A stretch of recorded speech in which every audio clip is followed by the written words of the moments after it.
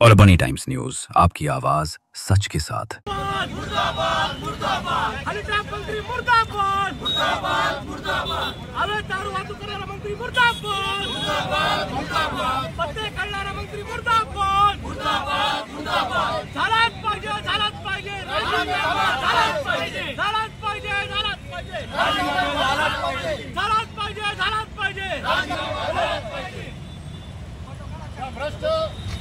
भ्रष्ट महायुती सरकारचा निषेध असो, धिक्कार असो,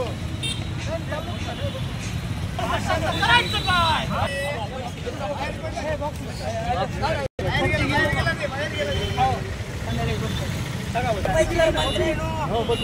तुमच्या मायला तुमच्या येऊन जा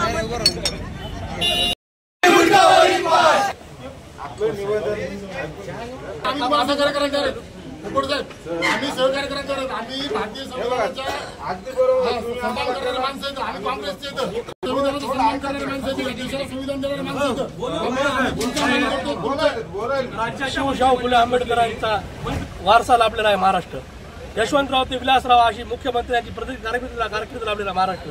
आणि आज या महाराष्ट्राच्या मंत्रिमंडळात कोण मंत्री बसत आहेत?